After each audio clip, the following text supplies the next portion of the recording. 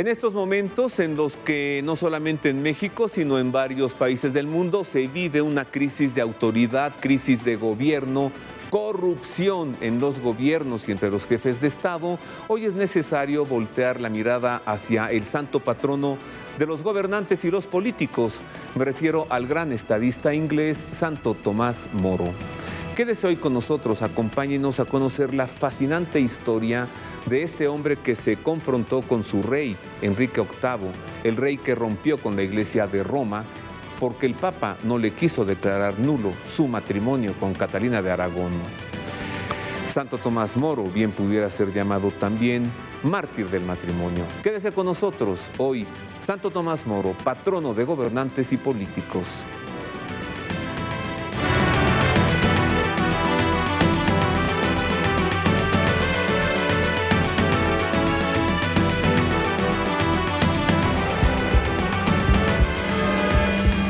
Es un grande gusto saludarle, como cada semana. Sea usted bienvenido al Pulso de la Fe. En efecto, hoy conoceremos el gran testimonio, la congruencia de vida del gran Santo Tomás Moro. Y aquellos políticos que hoy harán favor de vernos en este programa, y aquellos gobernantes de quienes también sabemos que gozamos de su atención a este programa, pues veamos lo bueno de este hombre, cómo pone en riesgo su vida y asume la muerte por no quitar su dedo de sus principios y valores. Primero la verdad y luego todo lo demás. Hay algunos gobernantes que ponen en primer lugar todo lo demás y al último la verdad. Así que comencemos, sea usted bienvenido a este programa. Conozcamos pues un perfil breve biográfico de la vida de Santo Tomás Moro, San Thomas More. El santo patrono de políticos y gobernantes, San Thomas More, nació en Londres en 1478. Estudió leyes, literatura clásica y teología en Oxford y en Londres. En 1505 se casó con Jane Colt, con quien tuvo 4 hijos. Ella murió 6 años después, en 1511, y él estableció un segundo matrimonio con Alice Middleton, una viuda madre de una hija. Thomas siempre fue un esposo fiel y un padre cariñoso, comprometido en la educación académica, intelectual, moral y espiritual de sus hijos. En 1504, bajo el reinado de Enrique VII, fue elegido por primera vez como miembro del Parlamento inglés. Años después, el rey Enrique VIII lo confirmó en el cargo y además lo nombró representante de la corona en Londres, con lo que inició una brillante carrera en la administración pública. Como hombre de la confianza del rey, sirvió en diversas misiones diplomáticas y comerciales en Flandes y en el territorio de Francia. Por sus méritos fue nombrado miembro del Consejo de la Corona, juez presidente de un tribunal, vicetesorero y caballero. En 1516 escribió su afamado libro Utopía. En 1523 llegó a ser portavoz de la Cámara de los Comunes.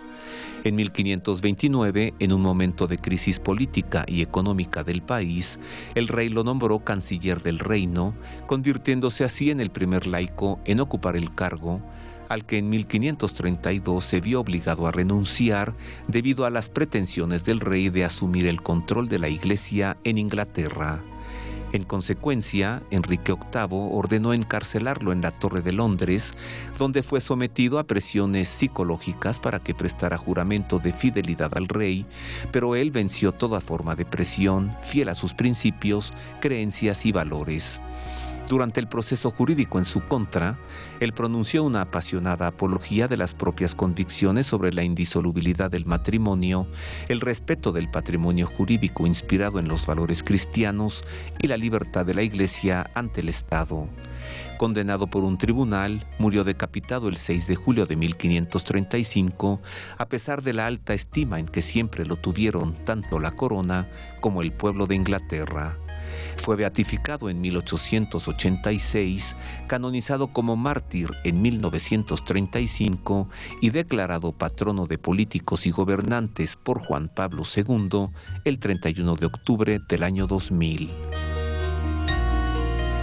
Esto con respecto al gran San Thomas More, Con respecto a quien hoy nos acompaña en esta mesa para ilustrarnos con su conocimiento y con sus reflexiones, pues con grande gusto recibo a José Miguel Domínguez. Él tiene una licenciatura en Administración Pública por el Colegio de México, una maestría en Economía Política por la Universidad Essex en Inglaterra, otra maestría en Comunicación por la Universidad Panamericana y está cursando el doctorado en Administración Pública en el Instituto Nacional de Administración Pública. Como usted se da cuenta, pues José Miguel Domínguez tiene una gran visión de la política. Bienvenido, José Miguel. Roberto, qué gusto estar contigo. El gusto es para mí. Con toda tu audiencia. ¿Crees que es buen momento para decir, a ver, esta es la figura ideal de un gobernante? Es el momento, ¿no? Creo que es un gran momento porque estamos viviendo por un momento muy particular, tanto en México como en nuestro vecino del norte, en Estados Unidos. La política impacta directamente en la vida de todas las personas, hay que decirlo, y en casos particulares, como en los Estados Unidos, pues impacta a nivel global. Entonces, es bien interesante el que estemos atentos y comprometidos de lo que ocurre con los políticos en México, desde luego de forma particular, pero también afuera, porque hay repercusiones que nos conciernen a todos como asuntos públicos que son, ¿no? Sí. Mira, me parece que... me parece que a Santo Tomás Moro la Iglesia le debe una gran cosa, que es, si bien Juan Pablo II lo proclamó patrono de los gobernantes y políticos en el año 2000, la que me parece que le deben es proclamarlo mártir del matrimonio. ¿Por qué perdimos Inglaterra? Porque el Papa se puso firme y no le declaró nulo el matrimonio a Enrique VIII, que tuvo 7 esposas. Mira, ahí quien tenía la razón, ¿no? Sí. El Papa o el Rey. Y entonces, no me declara nulo mi matrimonio, pues entonces rompo con usted y ahora la cabeza de la Iglesia en Inglaterra soy yo. Y surge el protestantismo inglés y la Iglesia anglicana. ¿Qué no hubiera sido lo más fácil para Tomás Moro decir, ay, Ana Bolena es la reina que necesitamos y listo? Sí, no, yo creo que tienes toda la razón. Realmente el gran mérito que tiene Santo Tomás Moro es esta defensa tan férrea de sus creencias, de sus principios, de sus valores y convicciones. Y nos cuesta trabajo, yo creo que en un mundo como el actual, comprender por qué tomó la decisión que tomó. Porque como bien apuntas, él habiendo escalado en el poder de la Inglaterra de ese entonces, habiendo sido parlamentario, speaker de la Casa de los Comunes y posteriormente canciller de Inglaterra, en 30 años de servicio público alcanzó los más altos niveles de gobierno que podía alcanzar un laico, una persona que no pertenecía a la realeza. Él trabajaba para el rey Enrique VIII. Y de pronto, cuando se le presenta esta disyuntiva, pues él opta por lo que eran sus principios, su apego a la Iglesia.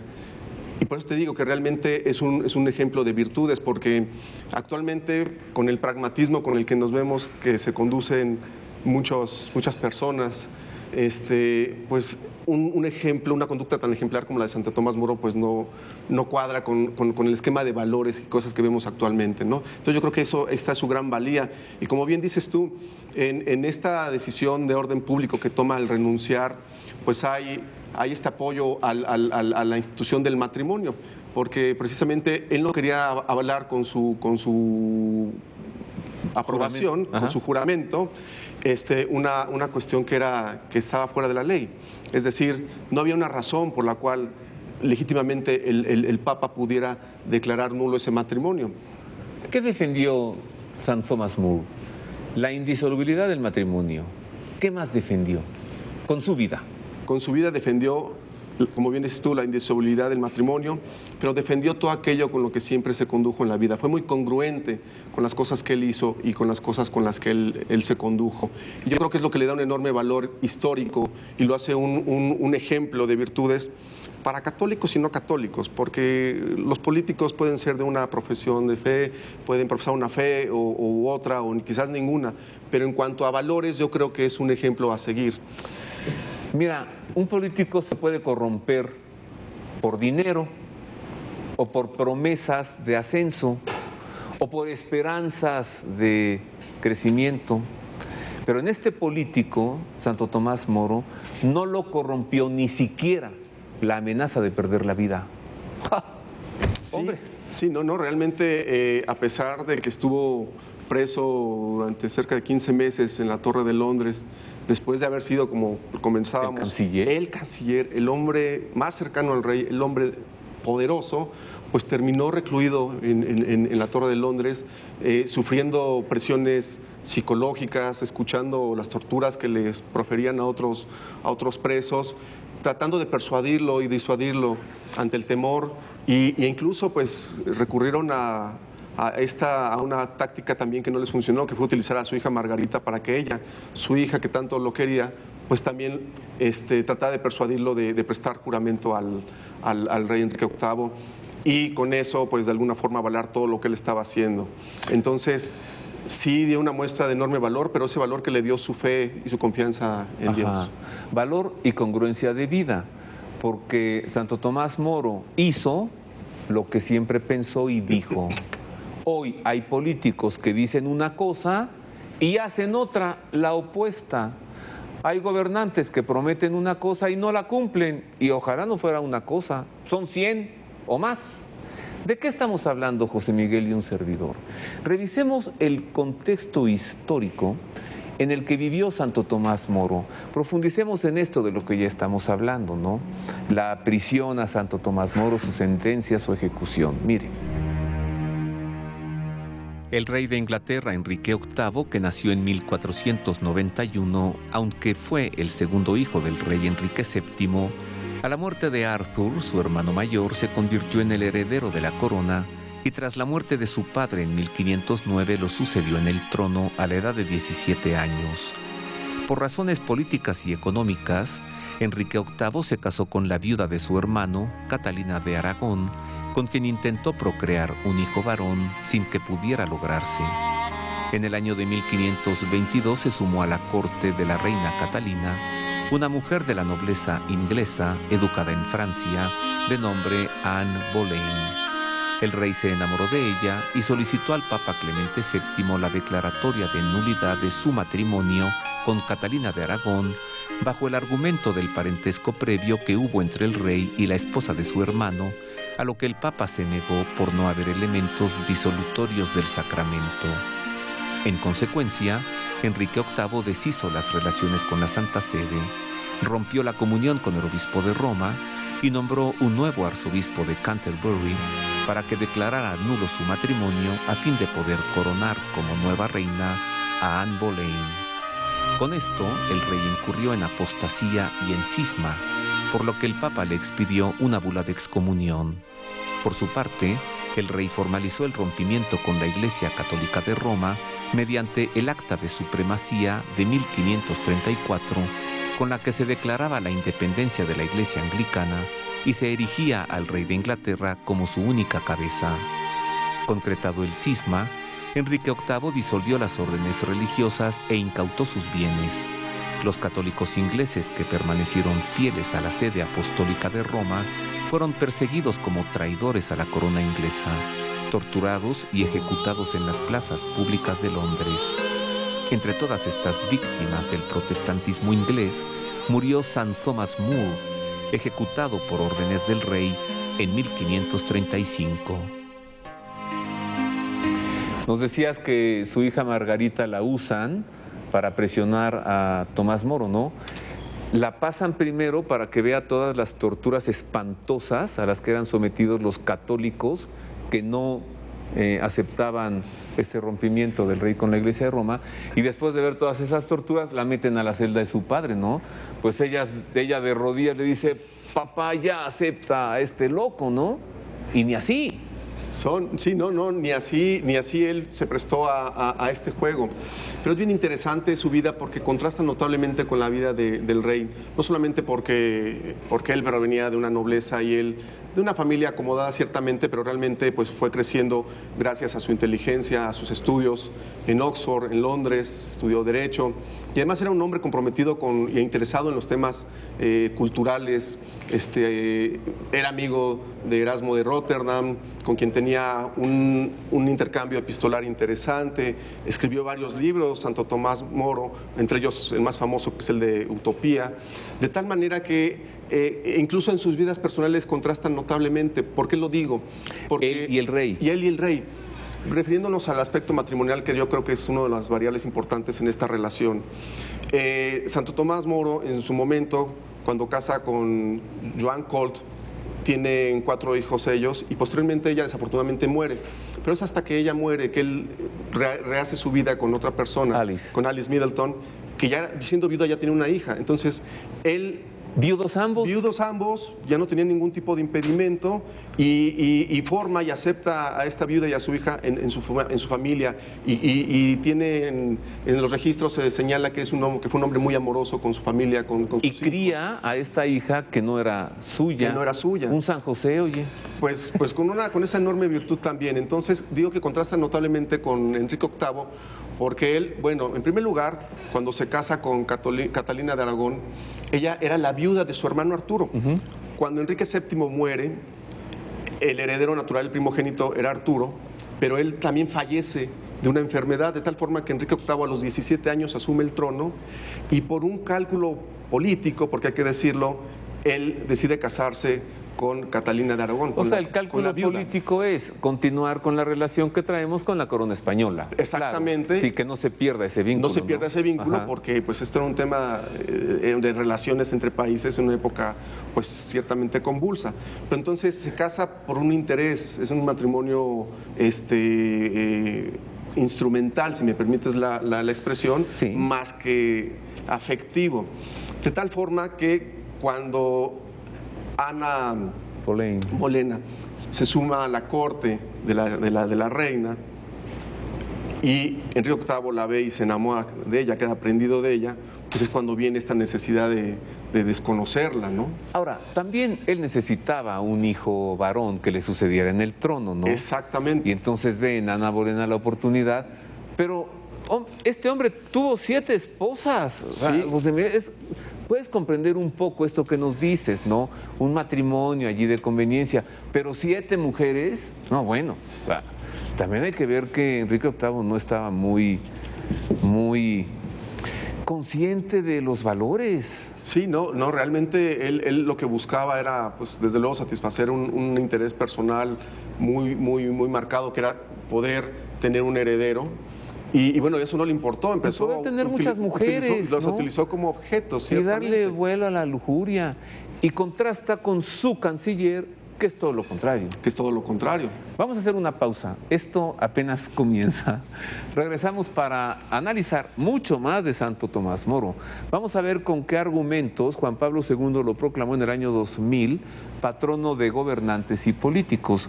Vamos a conocer también la catedral en Londres, la Catedral de St. Paul, y conozcamos también un maravilloso discurso que el Papa Benedicto XVI fue a pronunciarles a los ingleses allí en Westminster, hablándoles sobre este grande santo, Thomas More.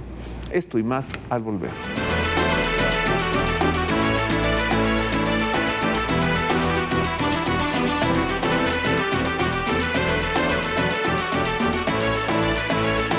Fíjate que en el año de 1996 se escribió un libro, Victoria Camps, titulado Virtudes Públicas, editado por Espasa Calpe. Y en este libro habla básicamente de las virtudes que deben ejercer todos aquellos involucrados en la vida pública para que una democracia sea vigorosa, una democracia sea funcional, una democracia sea útil.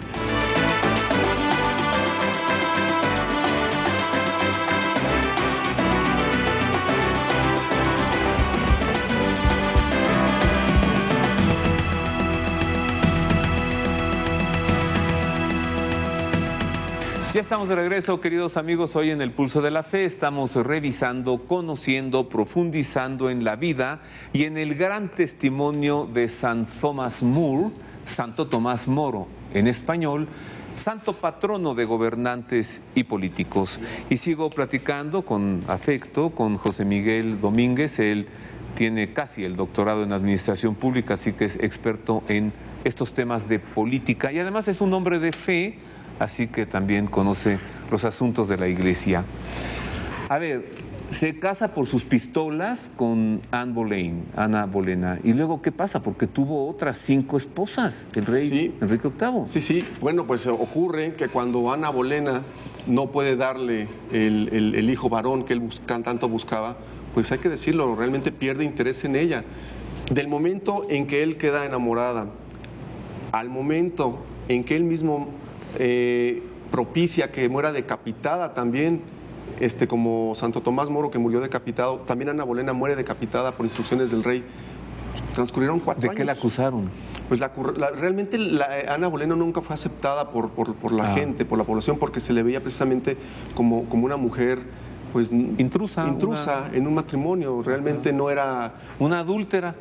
Había cometido ese adulterio y bueno, pues el rey se le respetaba y se reconocía ese derecho divino que en ese entonces se le concedía, ¿no?, a los reyes de heredar por herencia la corona. Pero bueno, pues realmente ella era una mujer pues de la corte de la reina, entonces nunca fue bien vista por esa sociedad en ese momento, ¿no? Entonces, por adulterio fue que la condenaron y pues realmente pues tuvo una muerte tan trágica como la de Santo Tomás Moro. En su pecado llevó su penitencia. Su propia penitencia. Ajá. Pero entonces esto nos pinta, yo creo que muy bien el personaje de Enrique VIII, porque después de él ya, como bien anotas tú, ya sin este impedimento que le representaba la oposición de la Iglesia, porque pues después de que en 1534 el rey Enrique VIII firma el acta de supremacía con la que rompe realmente con el Vaticano, después de que es excomulgado por el Papa Clemente VII, bueno, pues Enrique VIII se erige en titular, en cabeza de la Iglesia, y bueno, pues realmente ya no había nadie que le dijera nada. Tú no puedes hacer esto, tú tienes que ser fiel al matrimonio, ¿no? No como San Juan Bautista denuncia a Herodes que vive un adulterio con la esposa de su hermano, ¿no? O sea, esta historia se repite. Se repite. Y mira, muere decapitado el Bautista y muere decapitado Santo Tomás Moro. Bien podemos verlo como una historia que se estereotipa.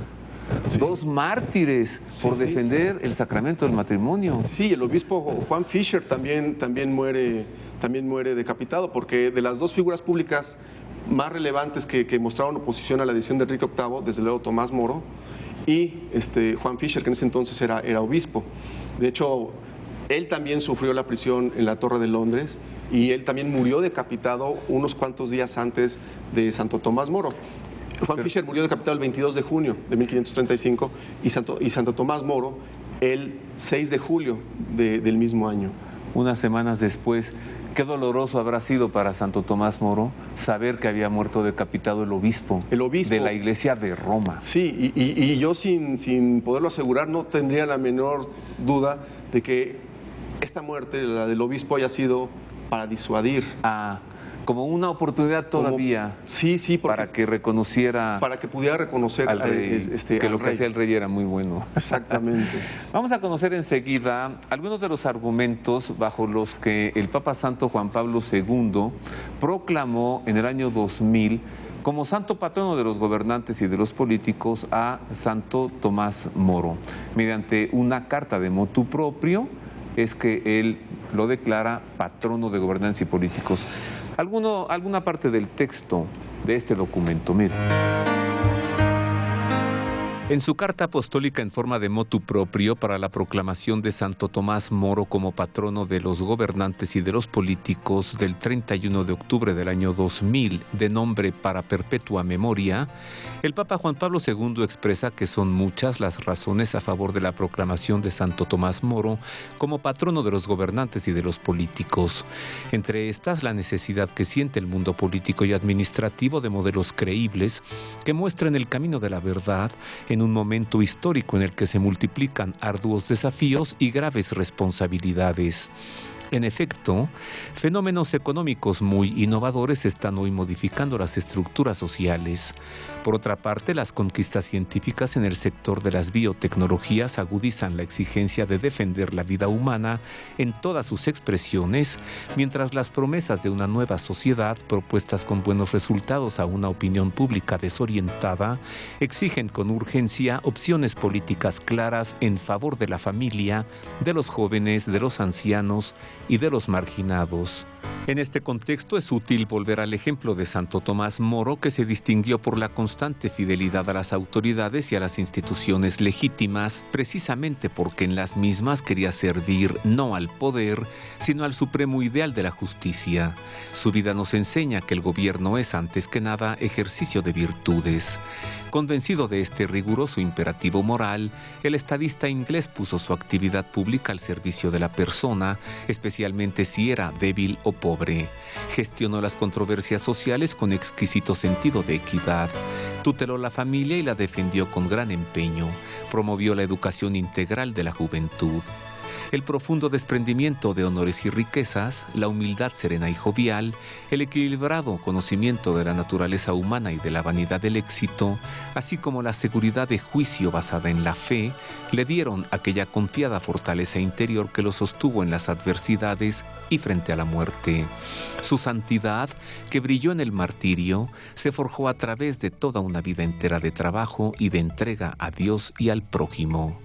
Esta armonía entre lo natural y lo sobrenatural es tal vez el elemento que mejor define la personalidad del gran estadista inglés. Él vivió su intensa vida pública con sencilla humildad, caracterizada por el célebre buen humor incluso ante la muerte. La historia de Santo Tomás Moro ilustra con claridad una verdad fundamental de la ética política. En efecto, la defensa de la libertad de la Iglesia frente a indebidas injerencias del Estado es al mismo tiempo defensa, en nombre de la primacía de la conciencia, de la libertad de la persona frente al poder político. En esto reside el principio fundamental de todo orden civil, de acuerdo con la naturaleza del hombre. ¿Qué le parece? ¿Qué palabras del Papa Juan Pablo II, no? ¿Cómo oímos eso y pensamos, es lo que necesitamos hoy? Sí, no, definitivamente, Roberto. Y fíjate que en el año de 1996 se escribió un libro, Victoria Camps, titulado Virtudes Públicas, editado por Espasa Calpe. Y en este libro habla básicamente de las virtudes que deben ejercer todos aquellos involucrados en la vida pública para que una democracia sea vigorosa, una democracia sea funcional, una democracia sea útil. Y ella identifica 4 virtudes públicas, que son la responsabilidad, la solidaridad, la tolerancia y la profesionalidad. Estas 4 virtudes que ella identifica tienen sus vicios públicos, que son precisamente todo lo contrario a esto, ¿no? Como siempre, a una virtud le corresponde un vicio. Un vicio, y bueno, pues quizás el más importante de estos es la corrupción, ¿no? Es la falta de interés en los asuntos públicos que pueden incurrir la población, los ciudadanos. Y esto lo traigo a la mesa porque creo que Santo Tomás Moro personifica perfectamente estas virtudes que identifica esta autora pues muchos siglos después, porque él fue solidario, por supuesto, con sus conciudadanos. Los documentos históricos dan testimonio de cómo él invitaba a gente pobre a comer a su casa, cómo auxiliaba a los desamparados, siendo pues quien era, un político muy, muy importante. Era responsable, bueno, pues más ejemplo no podemos tener de responsabilidad, de compromiso, que el decir, yo no puedo avalar que se contravengan pues una serie de la moral, simplemente, no puedo ir en contra de la moral. ¿Así? O el desconocimiento hacia Roma, porque pues en ese momento pues Enrique VIII, pues él estaba comprometido con los valores y las creencias en ese momento, ¿no? Luego también lo tenemos como un ejemplo de profesionalidad, porque pues fue un hombre que se cultivó, un hombre que se le reconoció una enorme inteligencia. De hecho, en sus etapas mozas, él tuvo la inquietud de poderse vincular a la vida religiosa, hacerse religiosa, y estuvo durante un tiempo con el obispo de Canterbury, de tal forma que cuando se dan cuenta de que era una persona pues muy inteligente, él mismo lo invita y le pide pues que tome otro camino, que estudie, que siga cercano a su fe, desde luego, pero que pueda él explorar opciones que le permitan pues, desarrollar esa capacidad, esa inteligencia que tiene, ¿no? De tal forma que tenemos un hombre profesional para su época, con un gran papel que hizo en el Parlamento, y después crece y le da el rey le da la oportunidad de ser el speaker, la cabeza de la Casa de los Comunes, y posteriormente, ante un entorno muy agitado en Europa, pues lo hace canciller. Sí. O sea, ¿qué es lo que le reconoce Enrique VIII? Es una enorme capacidad administrativa, política, representó al reino y a la corona en muchas misiones diplomáticas y comerciales. Entonces, era un hombre que realmente estaba ahí porque él era útil y funcional al rey. Mira, el rey era bautizado en la iglesia de Roma.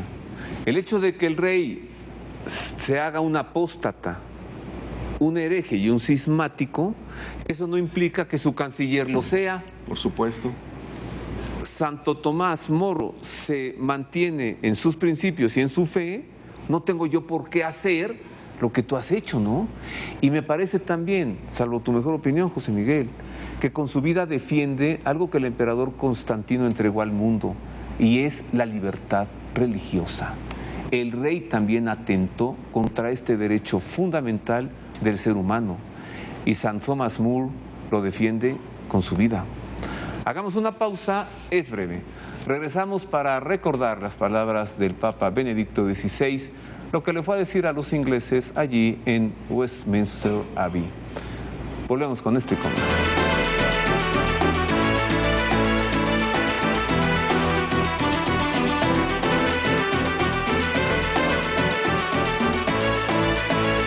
Actualmente hay incluso una imagen de Santo Tomás Moro en la abadía, como en un esfuerzo de reconciliarse, ¿no? Ajá. Pero de reconciliarse con la historia. De reconciliarse con la historia, sí. y reconocerle realmente el valor, el ejemplo y la función que tuvo pues, para la Inglaterra desde ese entonces. Porque nadie le cuestiona a Santo Tomás Moro sus logros como administrador público, como político.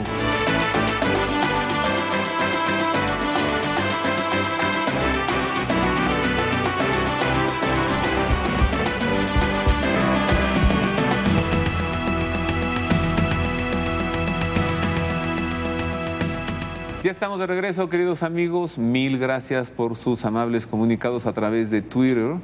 Un gusto poder comentar el programa a través de las redes sociales, y también durante la semana les recuerdo que tenemos dos cuentas de Twitter, uno la del programa y otra la de un servidor. Por ambas podemos comunicarnos placenteramente, en pocas palabras. Estoy platicando con José Miguel Domínguez, doctorando en Administración Pública, un experto en política, y estamos revisando la sorprendente, maravillosa figura del patrono de los políticos y los gobernantes, Santo Tomás Moro. Bueno, a ver, después el rey Enrique VIII destruye todo lo que sea católico de Inglaterra, se lanza contra su propio pueblo con torturas en las plazas públicas, haciendo cosas verdaderamente espantosas, ¿no? Trata de acabar con la fe en Inglaterra. Luego muere Enrique VIII, le sucede una hija. Isabel I. En su pecado llevó su penitencia, nunca tuvo al hijo varón que quería. ¿Y su hija qué no acaso dice? No, yo no soy cabeza de la iglesia. Fíjate, esta todavía tiene temor de Dios, ¿no? Y quita esa cosa, ¿no? Pero luego el sucesor de Isabel lo implementa de nuevo, ¿no? Hasta nuestros días, ¿ha pensado usted en que si hay alguna nación que no es laica, es el Reino Unido? En el que la reina Isabel II es la cabeza de la iglesia, ella nombra a todos los obispos y es coronada en la abadía de Westminster o en la catedral de San Pablo, ¿no? Sí. ¿Y qué pasó con la libertad religiosa? Pisoteada, masacrada por el berrinche de un gobernante, Enrique VIII. Sí, y bueno, todavía dijéramos que el linaje iba a concluir si no había un heredero varón, pero pues tenemos la evidencia histórica que se han alternado en esta monarquía, la más longeva y quizás la más emblemática del planeta, pues han habido lo mismo hombres que mujeres. Pero bueno, yo creo que esto respondió no solamente a su personalidad, sino también a los tiempos de esa época, ¿no?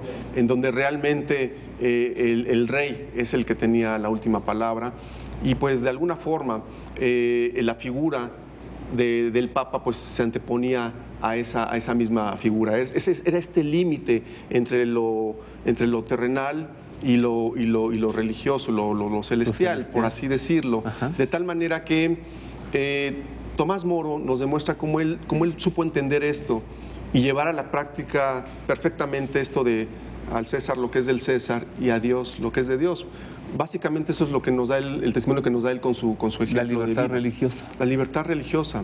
¿Dónde termina el Estado? Sí, puedes tributar, puedes cobrar tributos, puedes mandar, puedes encabezar los ejércitos, pero ya lo espiritual ya es de la potestad interna. Como gobernante, no quieras gobernar en todo. Hay un límite. Hay un límite. Y realmente él nunca discutió ni sus facultades, ni los alcances de sus decisiones, salvo esta, que estaba realmente yendo más allá, pero no solamente en cuanto a Tomás Moro en su fuero interno, sino realmente del pueblo católico en ese entonces en Inglaterra. ¿Qué testimonio nos deja Enrique VIII? Un rey caprichoso, lujurioso, adúltero, apóstata, hereje, cismático. ¿Y qué testimonio nos deja Santo Tomás Moro? Bueno, pues nos deja el testimonio, pues exactamente todo eso que mencionaste, pero al contrario.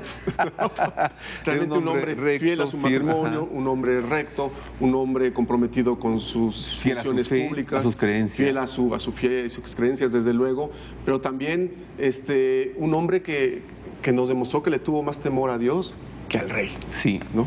Vámonos a Westminster.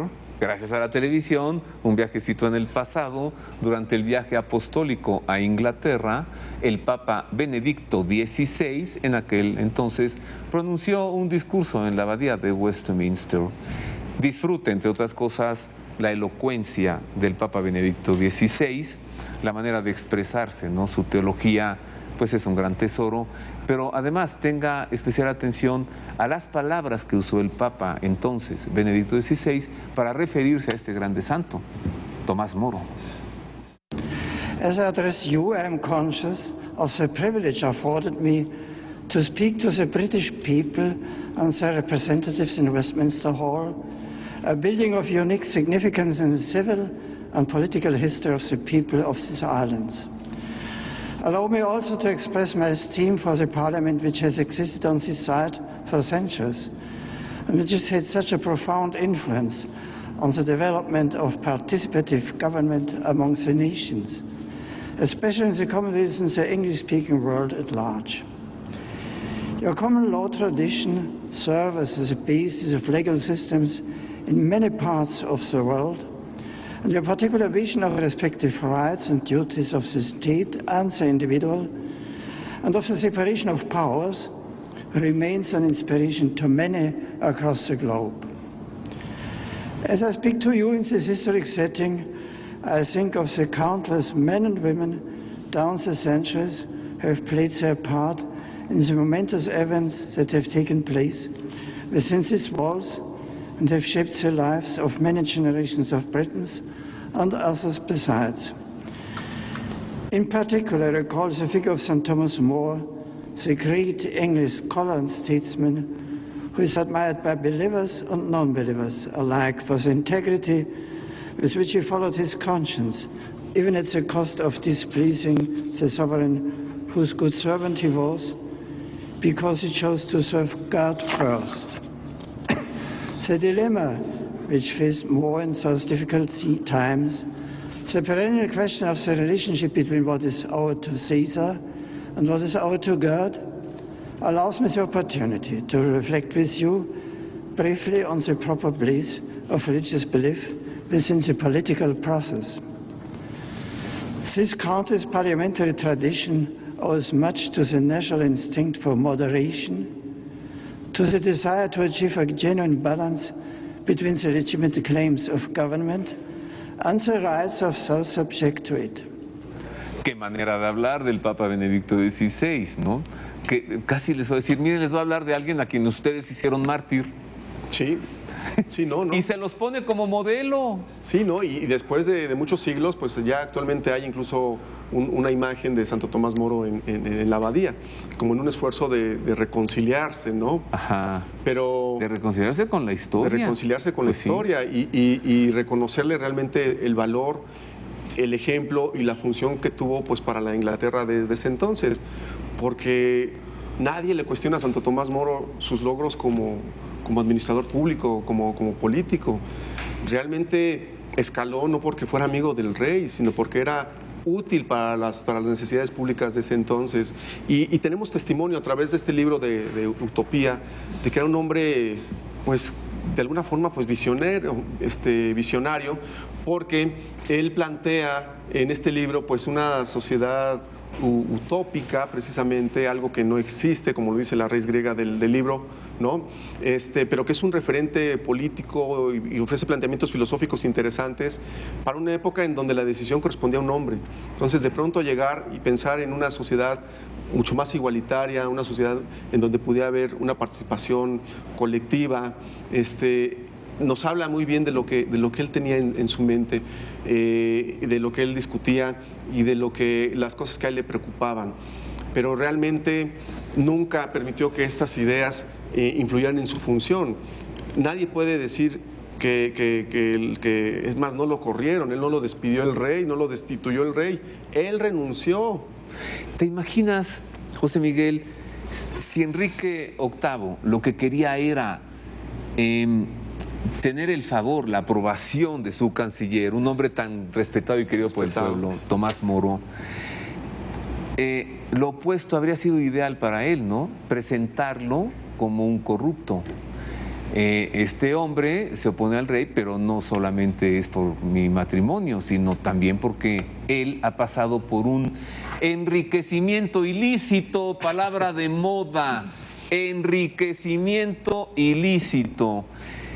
Para el rey, de haber tenido estos elementos, habría sido sencillísimo, lo que nos habla también de la honestidad de este hombre. Claro, hubiera sido muy fácil acusarlo de traición, pero realmente lo que ocurre cuando... Y ni siquiera una calumnia porque no había el mínimo elemento. No, y cuando él renuncia, pues hay que decirlo, pues su familia cae en desgracia económica, es decir, pues se pierden todos los privilegios y las canonjías que siendo canciller tenía, de tal forma que pues viene una época difícil para la familia en términos monetarios, hay que decirlo, pues no era lo mismo ser el canciller que ya no serlo, y realmente hay una transición, porque de que él renuncia a que lo encarcelan transcurren 2 años, y luego 1 año y medio que vive preso, de tal forma que fue un momento muy difícil para la familia y pues como tú bien dices, no se le pudo acusar de nada.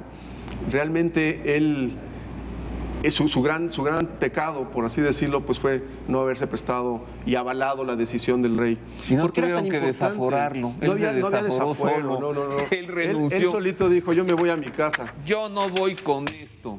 Tenga. Pero él se va y se distancia, pero el rey, reconociendo la importancia que tenía para la vida pública de la Inglaterra en ese entonces, él va, lo apresan después de 2 años que había renunciado, está 1 año y medio preso en la Torre de Londres y después de tratarlo de persuadir de muchas formas para que prestara juramento, ya lo habíamos mencionado, con las torturas que escuchaba en las crujías aledañas o con los testimonios y súplicas de su hija, pues él no renuncia.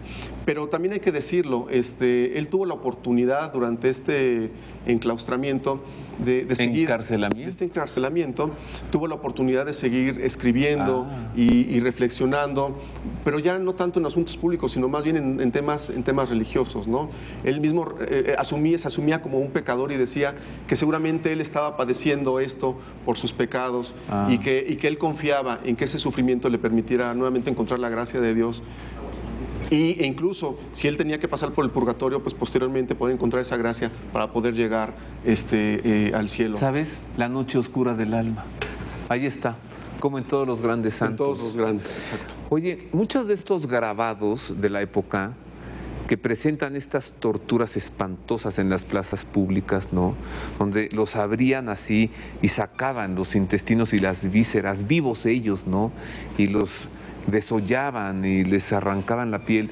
Esas torturas espantosas a las que los mandó Enrique VIII, hoy te has dado cuenta, muchos de esos grabados se usan como si fueran referentes de la Inquisición española. Una calumnia, ¿no? Pues sí. Sí, fue la persecución que desató Enrique VIII contra los católicos en Inglaterra. Bueno, vamos a conocer un poco más de Inglaterra y de Londres. Marisa O'Farrill está allá en Londres y se fue allá para presentarnos la catedral de esta ciudad, Londinium, ¿no? Fundada por los romanos, primero Londinium, ahora London. Es la catedral de St. Paul. Venga, Marisa, desde Londres.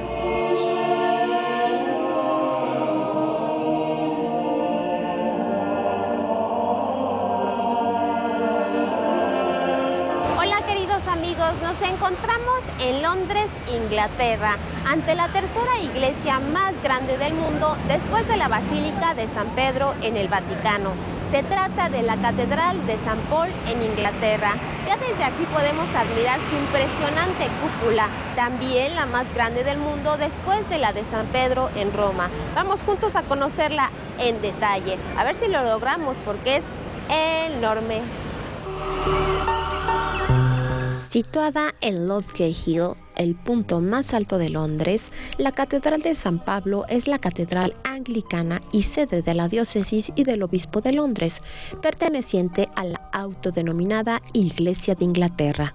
Su dedicación a San Pablo procede de la primigenia iglesia erigida en el año 604 en esta ciudad que fuese fundada por los romanos con el nombre de Londinium.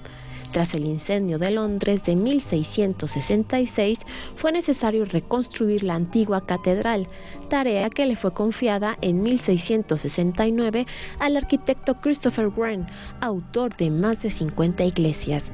La primera piedra se colocó en junio de 1675, fue consagrada el 2 de diciembre de 1697, se concluyó en octubre de 1708 y fue declarada completamente terminada por el Parlamento británico en la Navidad de 1711.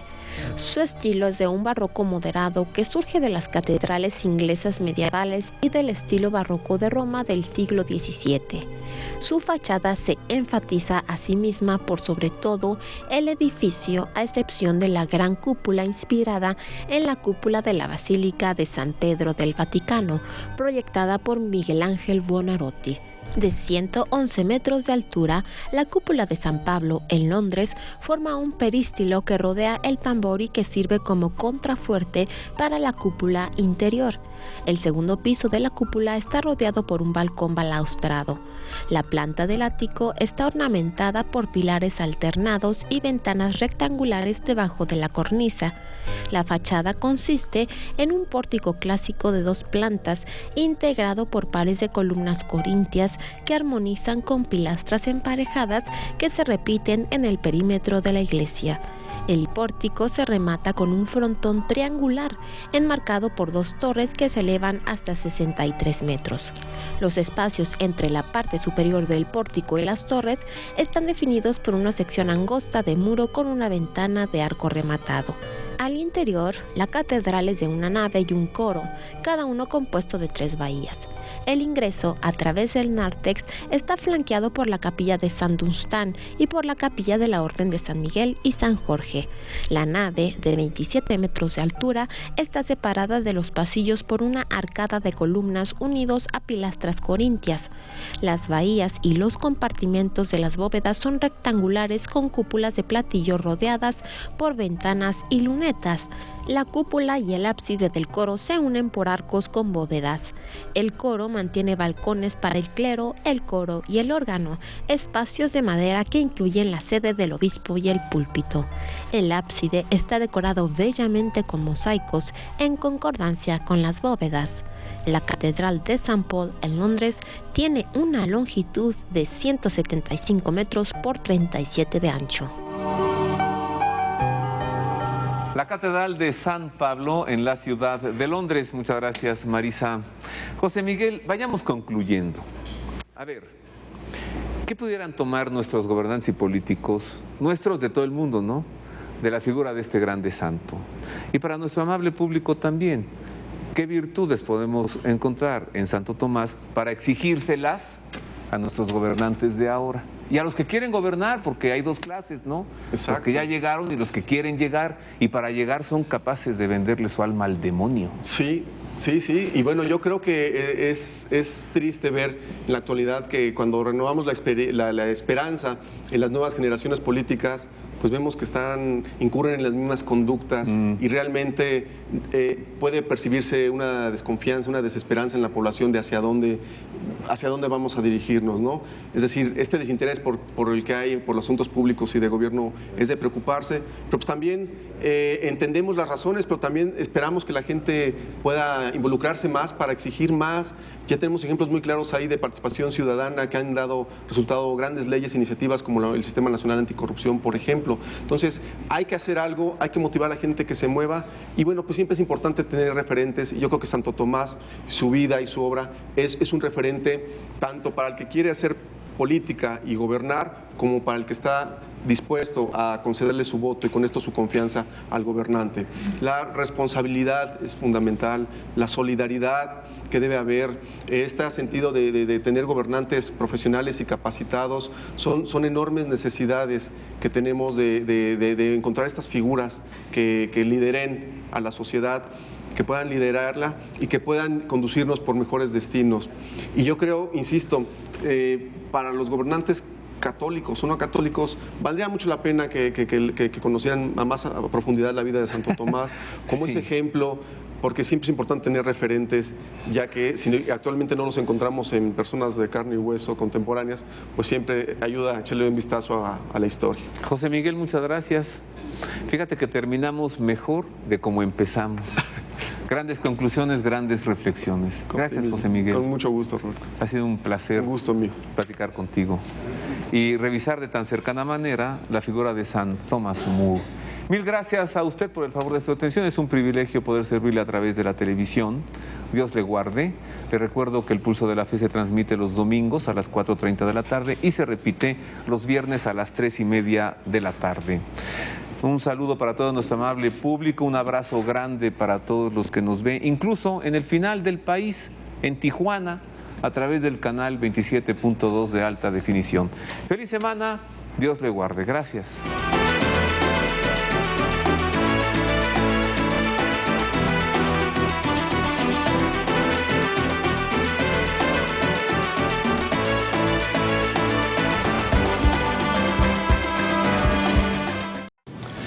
México y los mexicanos tenemos un mártir y un santo que ha sido canonizado hoy.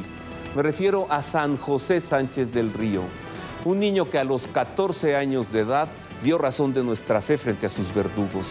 Acompáñeme hoy, día de la canonización de San José Sánchez del Río, para conocer detalles de esta vida impresionante, una vida dedicada a Dios desde el valor que da la fe.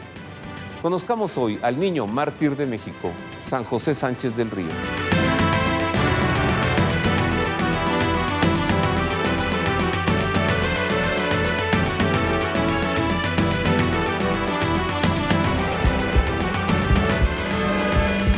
Hola queridos amigos, bienvenido al Pulso de la Fe. Mis queridos amigos, hoy comenzamos el programa con una gran noticia. Tenemos un nuevo santo y es mexicano. Así es, hoy mismo por la mañana el Papa Francisco canonizó al niño mártir de México, José Sánchez del Río, mártir de la persecución religiosa en México. José murió a la edad de 14 años. Todavía no tenía la mayoría de edad, pero ya tenía la madurez para morir por Cristo. Pobrecito de José, antes de matarlo lo torturaron horrible. Le cortaron las plantas de los pies y lo golpearon con crueldad. Sufrió mucho, pero nunca perdió la entereza ni el valor. Ahora desde el cielo nos ve y se alegra de esto que estoy diciendo. José se convierte hoy en un ejemplo de valor para todos los mexicanos, especialmente para los niños y para los jóvenes. Con mucha alegría les presento, queridos amigos, la hagiografía de San José Sánchez del Río, el niño mártir de México.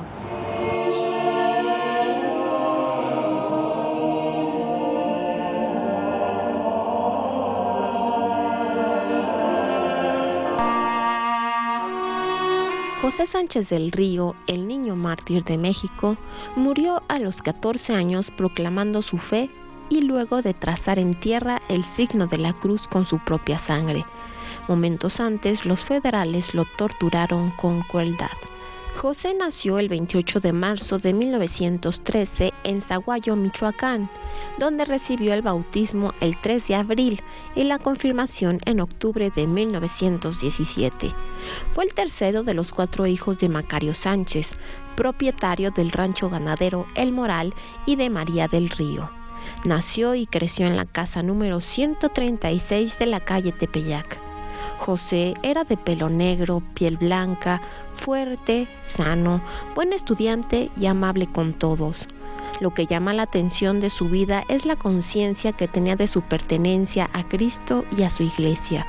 Por seguridad, su papá trasladó a la familia a Guadalajara, donde José recibió la primera comunión a los 10 años y donde sus hermanos se enlistaron en la defensa de la libertad religiosa.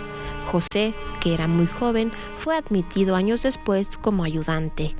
El 6 de febrero de 1928, durante un enfrentamiento, como el caballo del jefe cristero cayó muerto, José le ofreció el suyo para salvaguardar la causa. Lo encarcelaron en Cotija, donde el 6 de febrero escribió una carta. Mi querida mamá, fui hecho prisionero en combate este día. Creo que en los momentos actuales voy a morir, pero nada importa, mamá. Resígnate a la voluntad de Dios. Yo muero muy contento, porque muero en la raya al lado de nuestro Señor. No te apures por mi muerte, que es lo que me mortifica. Antes, diles a mis otros hermanos que sigan el ejemplo del más chico, y tú haz la voluntad de Dios. Ten valor y mándame la bendición juntamente con la de mi Padre. Salúdame a todos por última vez, y tú recibe por último el corazón de tu hijo que tanto te quiere y verte antes de morir deseada. José Sánchez del Río. Al día siguiente lo trasladaron a Zaguayo, lo pusieron a disposición del diputado Rafael Picasso, su padrino de bautismo, y lo encarcelaron en el bautisterio de la parroquia de Santiago Apóstol, convertida entonces en caballerizas del ejército. Picasso, conociendo a la familia, pidió rescate al padre de José para liberarlo, pero el dinero no se reunió a tiempo. Por la noche, los militares lo torturaron con crueldad, le desollaron los pies con un cuchillo y lo obligaron a caminar hacia el cementerio. Querían hacerlo apostatar de su fe, pero no lo lograron, pues José no dejó de gritar vivas a Cristo Rey y a la Virgen de Guadalupe durante todo su martirio.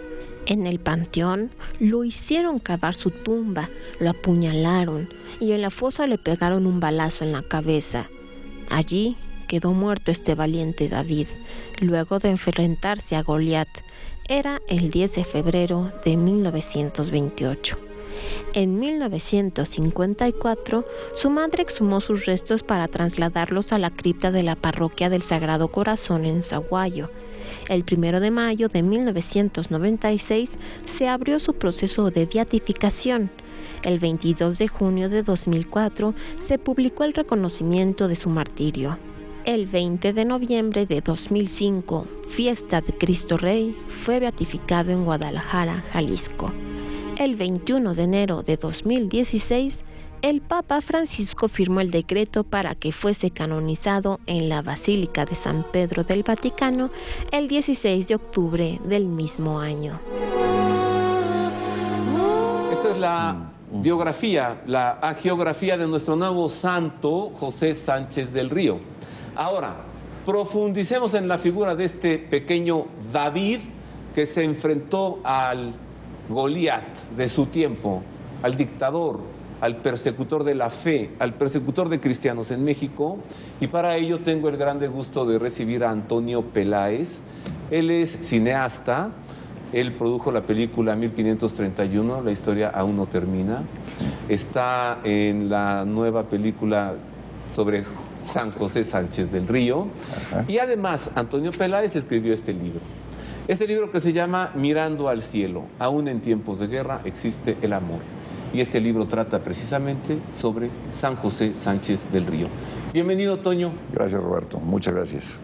A todo el auditorio también. ¿Cuántos años no tuvimos santos en México, no canonizados? Solo San Felipe de Jesús, luego vino San Juan Diego, luego los mártires del año 2000. Pero ¿quién se iba a imaginar que tendríamos los mexicanos un niño mártir, Toño?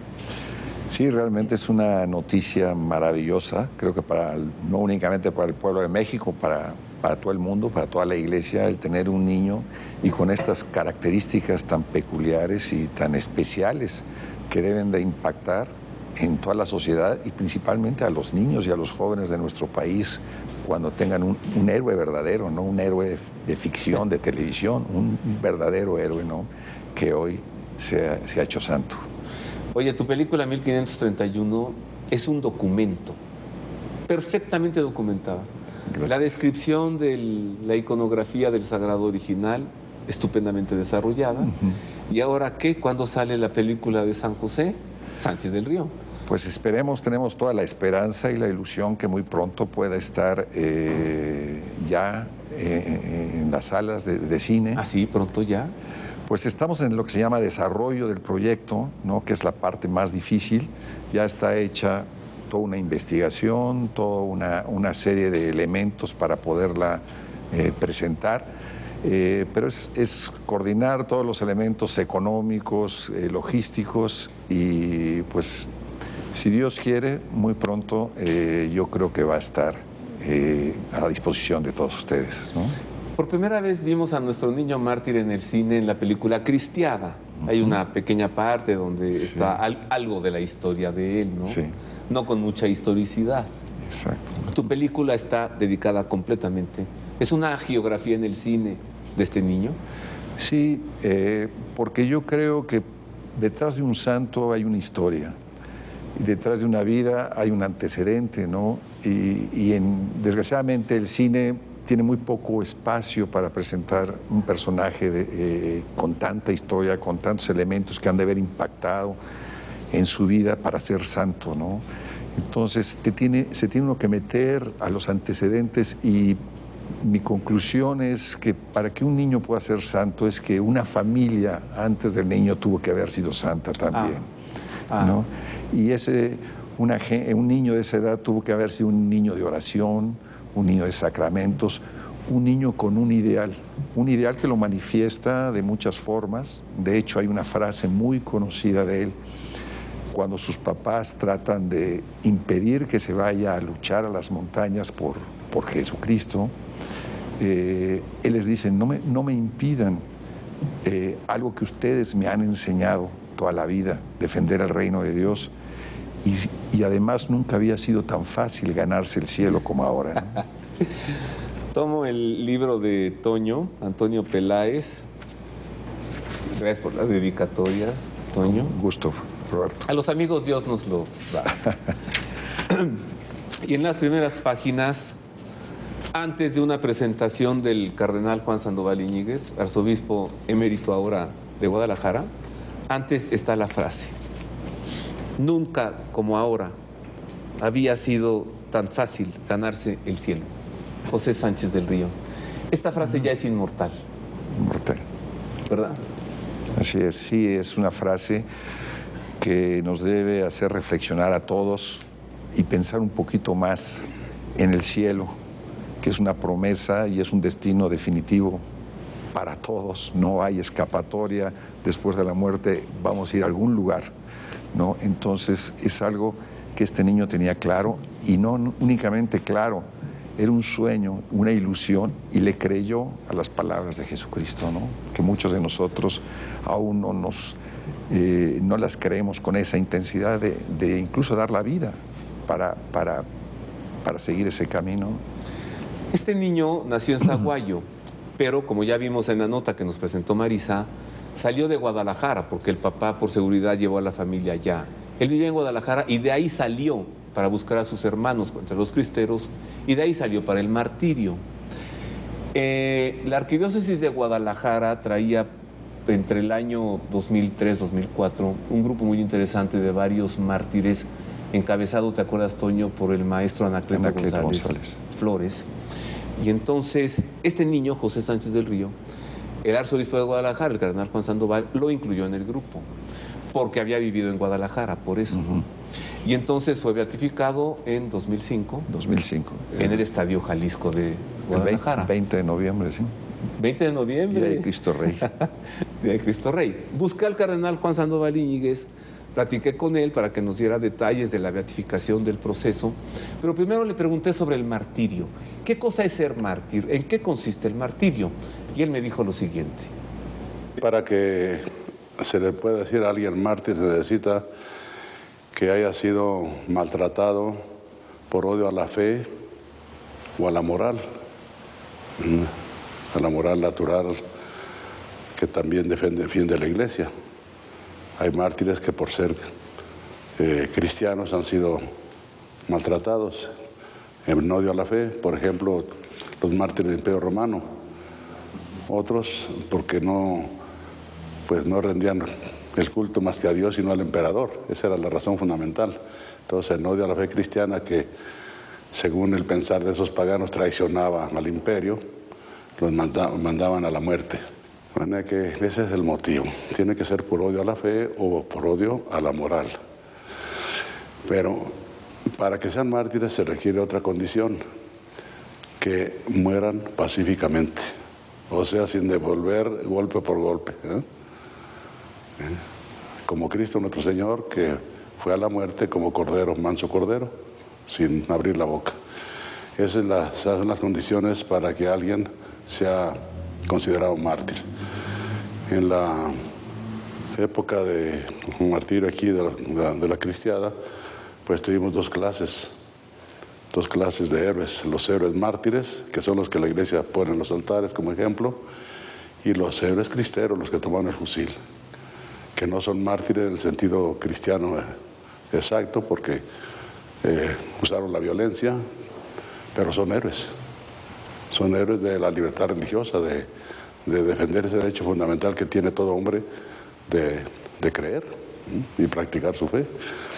Entonces hay que distinguir muy bien entre mártires y héroes de la libertad religiosa. Los mártires murieron pacíficamente, los héroes de la libertad religiosa, grandiosos, esos pensaron que el camino para arreglar las cosas eran enfrentar con la fuerza al gobierno. Esa es la definición de martirio. Así nos lo dijo el cardenal Juan Sandoval Íñiguez, un hombre que tuvo una gran participación para que este niño fuese beatificado. A ver, Toño, ¿tú ubicas la expresión del niño nunca había sido tan fácil ganarse el cielo? Diciéndolo en su casa a sus padres, pero hay algunos que lo ubican antes del martirio y otros lo ubican cuando a su amigo el indito lo van a ahorcar y a él también, ¿no? Y que lo anima diciéndole, no tengas miedo, no que había sido tan fácil ganarse el cielo. ¿O es una frase que el niño usaba con frecuencia? Pues mira, la realidad que en todos estos estudios históricos de estas personas, y más para hacer un libro histórico, es importante reconocer que uno va entre realidades e imaginación. Uno tiene que ir uniendo esas realidades a través de la imaginación del escritor para darle una continuidad, una estructura, una historia que pueda ser finalmente entendida con más claridad. Yo sé que la frase existió, no la ubiqué yo también en un lugar. Yo la ubico en el libro en un momento que creo que era importante y porque de alguna forma alguien me dijo que se la había dicho a sus padres. Ajá. ¿No? Entonces yo la ubiqué en ese momento en que el niño le está pidiendo permiso a sus padres porque era lo único que detenía a José para realmente tomar ese paso de aventurarse, ir a defender su fe y su iglesia con los cristeros, ¿no? Pero es una frase que independientemente que es atemporal, es para siempre, porque definitivamente por algo ha quedado en la historia de José y unida a José de esta forma. Sí. ¿Cuál es tu sustento, Toño, histórico, para el libro y ahora para la película? Pues en un principio yo cuando conocí como cineasta, como tú me presentaste, nosotros andamos buscando historias que contar, historias que merezcan la pena contar. Yo cuando conocí la historia de José dije, esta es una historia por sus características que la gente debe conocer. Me enamoró en un principio, me enamoró de alguna forma, me identifiqué con una fe que que yo andaba buscando, ¿no? Que yo andaba buscando también. Y me metí principalmente, fui a Saguayo, pude platicar con algunas personas, pero la información principal está en la causa de beatificación del niño. Ahí está lleno de testimonios de mucha gente, ¿no? Y de historiadores y de libros, que todo aquello que yo pudiera encontrar sobre la vida de José fue una fuente para mí, para poder desarrollar la historia. ¿Hablaste con algún testigo, alguien que conoció personalmente al niño, a San José? Pues realmente no, o sea, realmente con gente que directamente te hacían referencia al niño, ¿no? Directamente con él, con algún testigo, no. Pero al sustentarte en el proceso para la causa de beatificación, ahí están todos los testimonios. Sí, ahí están, exactamente. O sea, no ibas a hacer dos veces algo que ya se hizo, ¿no? No, y son historias maravillosas escucha uno cosas maravillosas, todas no pueden estar en un libro, ¿no? o en una película, pero definitivamente en Saguayo, en Michoacán, en muchas áreas, en muchas partes, incluso de Estados Unidos y de otros países, es conocida la historia de José. Sí, de nuestro niño mártir, de nuestro santo, flamante santo mexicano, San José Sánchez del Río. En la ciudad de Saguayo lo canonizaron el mismo día de su martirio, por supuesto, porque el niño iba con las plantas de sus pies cercenadas, caminando hacia el cementerio. Iba dejando su sangre en la tierra de esa calle. Los aguayenses, con pavor al diputado Picasso, no salían de sus casas, se asomaban por las ventanas, veían a este niño en ese extraño vía crucis, siendo golpeado y maltratado por sus verdugos, y escuchaban sus gritos: ¡Viva Cristo Rey! ¡Viva Santa María de Guadalupe! El Señor le daba la fuerza para el martirio, y cuando pasaba, salían de sus casas y recogían su sangre, y decían: esta es sangre de un mártir, esta es sangre de un santo. Los de Saguayo tuvieron esa visión. Y sucede que hoy, si usted va a Saguayo, mucha gente tiene en sus casas un poquito de la sangre de este pequeño David. Voy a hacer una pausa, regreso, para conocer algo del proceso de beatificación, para entregarle a usted el ambiente histórico que se vivía en ese México acosado, perseguido por su fe durante la persecución cristera, y mucho más de nuestro niño mártir, el flamante santo de México, San José Sánchez del Río.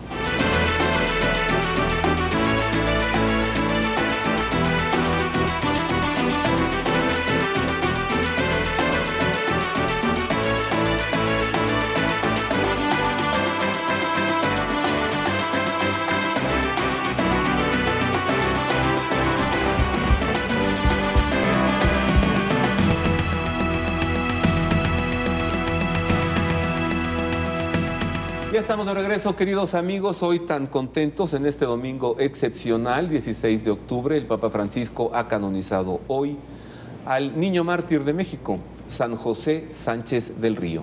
Y yo estoy reflexionando en torno a esta impresionante figura con Antonio Peláez, él es cineasta, él produjo la película 1531, la historia aún no termina, sobre la Virgen de Guadalupe, y está terminando la nueva película sobre nuestro nuevo santo José Sánchez del Río.